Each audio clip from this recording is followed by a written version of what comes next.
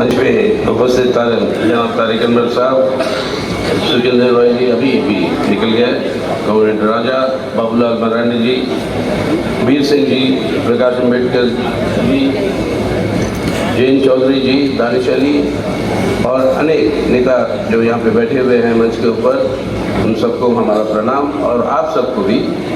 क्योंकि 3 महीने पहले शरद जी और हम यही सोच रहे थे कि किस तरीके से कुछ बात को आगे बढ़ाएं। हमने उनसे आग्रह किया कि आप नेतृत्व लीजिए और आपके आधार पर एक ऐसे सम्मेलन बुलाइए जहाँ पर सब राजनीतिक पार्टियाँ इकट्ठा होंगी, और ये बात 3 महीने से चल रही है। तो इसके साथ कोई जुड़ाव नहीं है, जो आजकल में कुछ बदलाव जो आई है उसके साथ आज जो कन्वेंशन जो हो रहा है। और उस समय जब तय हुआ था कि 17 तारीख को होगी, तो शरद जी हमसे कह रहे थे कि अपने कॉमरेडों को भी कह दो कुछ लोग आने के लिए, लोगों की ज़रूरत होगी कन्वेंशन में। लेकिन आज आकर यहाँ पे जब देख रहा हूँ मैं, यहीं पर नहीं लेकिन वो दूसरे मवलंकर हॉल में भी पूरा कच्चा भरा हुआ है, बाहर भी साथी है। तो आज किसी लोगों को जुटाने की ज़रूरत नहीं है। जो भारतवासी है, जो देशभक्त है, वो अपने आप आज निकल कर आ रहा है सड़कों पे। वो नारा जब मेरे बचपन से हम सुनते आए, हिंदू मुस्लिम सिख ईसाई भारत के 4 सिपाही, और ये सिपाही आज उतर रहे सड़क पर, और हम लोग सब इस भारत के सिपाही है, इस सांझी विरासत के सिपाही है, इसको बचाना है।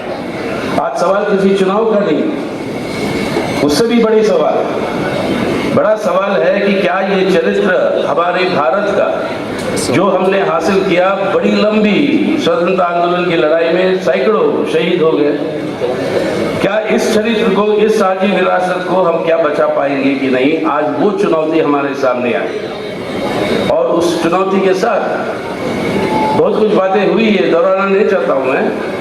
चुनौती के साथ एक बहुत ही एक गंभीर बात हमारे प्रधानमंत्री महोदय कह गए, जब भारत छोड़ो आंदोलन का 75वीं सालगिरह मना रहे थे पार्लियामेंट में, उन्होंने कह दिया कि 1947 से 1942 से 1947 तक जो 5 साल का जो प्रगति हुई है देश की आज़ादी के लिए, उसी तरीके की प्रगति आज भी होनी है 1917 से 1922 तक। अब इसके अंदर एक खतरनाक बात है, 1942 से 1947 तक आज़ादी तो ज़रूर हासिल की हमने, लेकिन देश का बंटवारा भी हुआ। यही 5 साल थे जिसके अंदर कौमी दंगे इतने बड़े तादाद में बढ़ गए, ब्रिटिश हुकूमत भी मदद करके बढ़ाया, एक भाई को दूसरे भाई से मरवाया, एक बहन की इज्जत लूटने पर वो हालत पैदा कर दी जहाँ पर देश का बंटवारा ही हुआ। कहीं प्रधानमंत्री का इशारा उन 5 सालों के मतलब इसकी तरफ तो नहीं है। ये खतरा है हमें, और इस खतरे से हमें बचाना है, न तो ये साझी विरासत हमारी बच नहीं पाएगी। ये साझी विरासत का मतलब क्या है? ये साझी विरासत की बात जब हम कहते हैं, पहली आज़ादी का जंग जब हुआ था 1857, रानी झांसी की लक्ष्मीबाई, क्रांति पे कई सारे नेता पहुंचे कहाँ पर? लाल किले पे, और वही बहादुर शाह जफर, वही बाबर के औलाद जो कहते हैं हमारे आरएसएस बीजेपी वाले, उसी से कहा कि हमारे बादशाह आप रहेंगे। एक हिंदू रानी जो पूजा करके अहमद भाई आए क्या? अभी गुजरात के चुनाव की बात हो रही थी अहमद भाई, और आप आगे आए। ये अच्छा शकुन है, अच्छा शकुन है। अब 1800 साल आपने कभी एक बार सोचा कि हर हमारे स्वतंत्रता दिवस पर देश का प्रधानमंत्री संबोधित करता है देश को लाल किले से? क्यों? जब हमने ब्रिटिश की झंडे को उतारा और अपना तिरंगा को फहराया, तो फहराया लाल किले पर। क्यों? आपके राष्ट्रपति भवन पे क्यों नहीं किया, जो गढ़ था, जो पूरा अंग्रेज राज था? लाल किले क्यों पहुंचे? क्योंकि वो लाल किला था जहां से पहले आजादी की प्रोक्लेमेशन बहादुर शाह जफर पढ़ते हैं, बगल में झांसी की रानी लक्ष्मीबाई के साथ, जो हर दिन सुबह पूजा करके तिलक लगा के ब्रिटिश हुकूमत के खिलाफ लड़ने उतरती थी। एक हिंदू, एक मुसलमान, बहुत सारे बल्लभगढ़ के राजा, कई सारे नवाब, कई सारे लोग जो है उस समय जुड़े हुए थे इस संघर्ष में। और ये साझा विरासत वहां से जो पैदा होती है उसको तोड़ने की पूरी कोशिश आज की जा रही है। आज अगर आप देखो ये साझा विरासत का मतलब हमारे संविधान में क्या है? धर्म की बात करते हैं लोग, धर्म के बारे में हमारे समझ क्या है? हमारे संविधान की धर्म एक व्यक्तिगत बात है, एक आत्मा और एक परमात्मा के बीच में संबंध। कौन होगा वो परमात्मा? सिर्फ यह आत्मा चुन सकती है।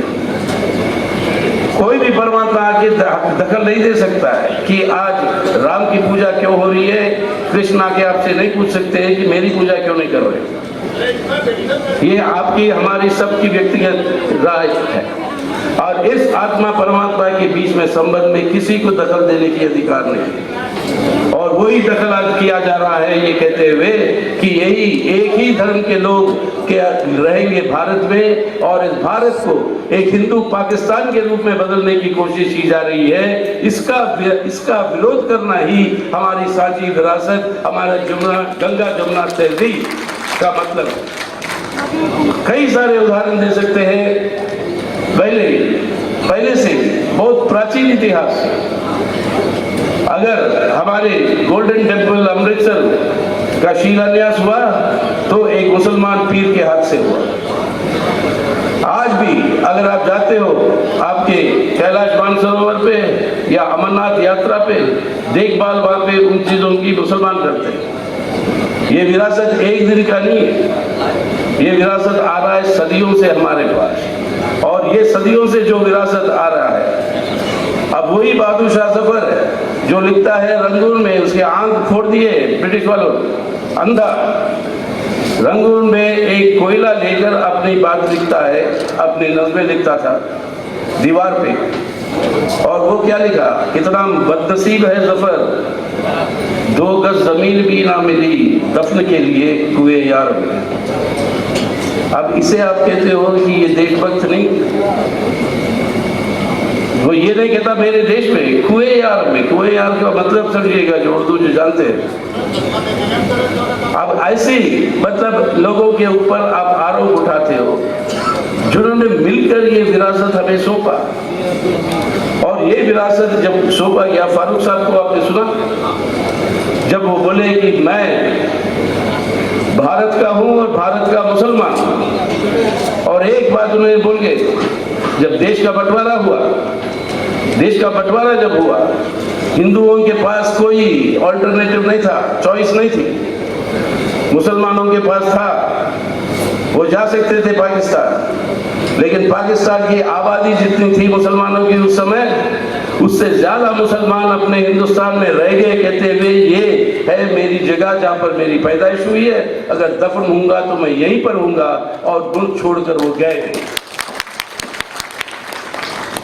अब इस विरासत को आप जो है अपनी मनमानी के आधार पर एक हिंदू राष्ट्र बनाने के नाम पर आप जो यहाँ पर लागू करना चाहते हो, जैसे प्रकाश अम्बेडकर भाई ने कहा, जिसका मतलब है सिर्फ मनवाद को लागू करने वाली बात। अगर उस तरीके की बात आप करना चाहते हो, जो हिंदुस्तान, जो भारत जिसमें हम पैदा हुए, वो भारत बच नहीं सकते। तो आज इसलिए मैं कह रहा था, सिर्फ एक चुनाव की बात नहीं, ये एक हमारी विरासत, अपने मुल्क को बचाने की बात है। अगर मुल्क बचेगी तो चुनाव के अंदर जो मुल्क को बर्बाद करने वाले हैं उनकी भी हार होगी, और वो हार हम सबको मिलकर देश के सिपाही के रूप में वो निश्चित करना होगा आज के दिन, वरना इस सांझी विरासत को हम बचा नहीं पाएंगे। प्रधानमंत्री साहब के बारे में और नारों के बारे में आपने बहुत कुछ सुना, राहुल जी भी बोल गए। आपको याद होगा एक बहुत प्रसिद्ध फिल्म मेकर थे जो सिनेमा बनाते थे, मनमोहन देसाई साहब, अमर अकबर एंथनी उन्हीं की थी। उनके कई सारे फिल्में जो बनाते थे वो बड़े हिट होते थे। उनसे आखिरी दिनों में किसी ने पूछा कि भाई आपका राज क्या है, सब फिल्म आपके इतने बड़े हिट होते हैं, आपका राज क्या है? तो उन्होंने जवाब में उसे कहा कि देखो एक ही बात है, अगर फिल्म को आपको मतलब हिट होना है, और वो क्या पूछा, क्या है बात, यानी जिस समय लोग आते हैं फिल्म देखने और जिस समय तक फिल्म खत्म नहीं होती, लोगों को सोचने मत देना। अगर लोग सोचने लगेंगे तो फिल्म जो है कामयाब नहीं होगी। लोगों की सोच बंद कर दो। प्रधानमंत्री का भी लॉजिक वही है, हर दिन एक एक नारा, हर दिन एक एक नारा, हर दिन एक एक नारा। पुराने नारे का क्या हुआ भाई? आज जो है यूपी मुख्यमंत्री कहते हैं गंदगी है गोरखपुर में, उस वजह से वहाँ पे बच्चे जो है मर गए। स्वच्छ भारत क्या हो गया 3 साल से, अगर गंदगी है गोरखपुर में? आप ही तो थे वहाँ से सांसद 20 साल से। ये सवाल पूछने का वक्त नहीं है, क्योंकि एक और नारा आ जाता है, एक और संकल्प आ जाती है। यानी लोगों को सोचने मत दो। अब इस तरीके से वो अपनी विचारधारा और अपनी साजिश को वो लागू करवाते जा रहे हैं, तो इसका मुकाबला हमें, आपको और हम सबको करने की जरूरत है यार। ये सिर्फ चुनाव से चलते हुए नहीं होगी, ये होगी जमीन पर आंदोलनों के आधार पर। जमीन पर आप और हम सब मिलकर जिस तरीके की बातें जो हो रही है, जिस तरीके की घटनाएं जो हो रही है, जिस तरीके के हमले हो रहे हैं दलितों पे, अपने अकलियतों पे, उसके खिलाफ अगर जमीन पर उतरकर हम नहीं लड़ेंगे तो इस साझी विरासत को बचा नहीं पाएगा। तो आज दोस्तों मेरा एक ही मतलब आपसे निवेदन कि यहाँ पर जब ये गंगा जमुना की तहजीब की बात हम कहते हैं, इसी के साथ साथ इस खतरों को भी हमें ध्यान में रखना है कि उनको इस हिंदू पाकिस्तान बनाने की साजिश को कैसे लागू करना चाहिए। आज फिर इंदिरा गांधी की इमरजेंसी को याद दिला देते हमारे प्रधानमंत्री, कहते हैं कि फिर वापस नहीं आना चाहिए उस तरीके की परिस्थिति। लेकिन किया क्या? चुने हुए मुख्यमंत्रियों की जो स्वतंत्रता दिवस पर रेडियो टेलीविजन पर जो भाषण देते हैं उसको रिकॉर्ड कर लिया। हमारे त्रिपुरा के मुख्यमंत्री जो सीपीएम से हैं, रिकॉर्ड कर लिया, लेकिन दिल्ली को भेजा उसका स्क्रिप्ट। दिल्ली ने कहा कि ये ठीक नहीं है, तो वो रिकॉर्ड करके उसको दिखाया। यानी ये तय करेंगे चुने हुए मुख्यमंत्री, लोगों ने वोट डाला, अगर वो कुछ गलत बोलते हैं कि असेंबली में उनकी खिंचाई होगी। जैसे प्रधानमंत्री कुछ बोलते हैं लाल किले पे, तो उसके ऊपर कोई पाबंदी नहीं रख सकता, उनको हम खींचेंगे पार्लियामेंट पे अगर उन्होंने गलत कुछ बोला। लेकिन अब ये तय करेंगे कौन सा मुख्यमंत्री क्या बोल सकता है। अब इस तरीके के रुझान जो आज उभरते हुए आ रहे हैं, और उसी के साथ हम सब पे हमला। अभी आधे घंटे पहले एक रिपोर्ट आई काले धन के बारे में, और वो रिपोर्ट बताया कि 2011 में कितना काला धन था। आज 2017 में वो काला धन का संख्या, वो जब 15,000 करोड़ कुछ काला धन था 2011 में, अब जो है वो बढ़कर 15,500 करोड़ हुआ। यानी ये पूरा नोटबंदी करके हम काला धन को रोक रहे हैं। इसका मतलब क्या है? सरकारी रिपोर्ट है। काला धन, ये नोटबंदी के करते हुए काला धन को सफेद बनवाया, जो आपके काउंटरफीट करेंसी है, नकली नोट है, उस नकली नोटों को असली बना दिया, और कहते हैं भ्रष्टाचार के खिलाफ लड़ रहे भ्रष्टाचार के खिलाफ। और आप काम कर रहे हो काला धन को सफेद बनाने में, नकली नोटों को सही बनाने में। अरे सबसे बड़ा भ्रष्टाचार तो यही है जहाँ से आपको मतलब साधन मिल रहे हैं। नौजवान रोजगार के लिए तड़प रहा, सुना आपने, आंकड़े दिए हमारे साथी पहले कुछ 2 करोड़ हर साल नौकरियां की सृष्टि की वादा, लेकिन अब रोजगार घट रही है। हमारे अन्नदाता किसान आत्महत्याएं कर रहे हैं, वो आत्महत्याओं की संख्या अभी भी बढ़ रही है। वादा किया कि न्यूनतम दाम हम देंगे आपके खर्चे के 1.5 गुना ज्यादा, 3 साल हो गए, वो नहीं हुआ। कर्जे में डूबकर किसान मर रहा।